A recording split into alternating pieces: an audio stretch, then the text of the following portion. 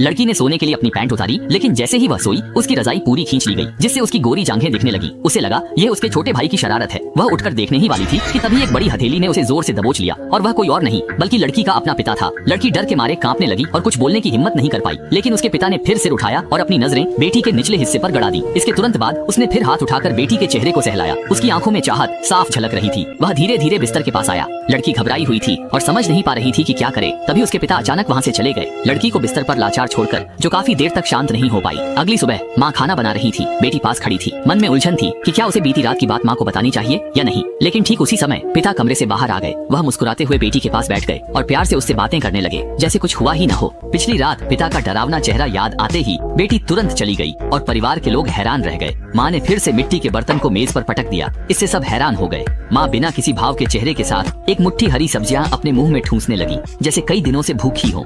माँ के इस अजीब व्यवहार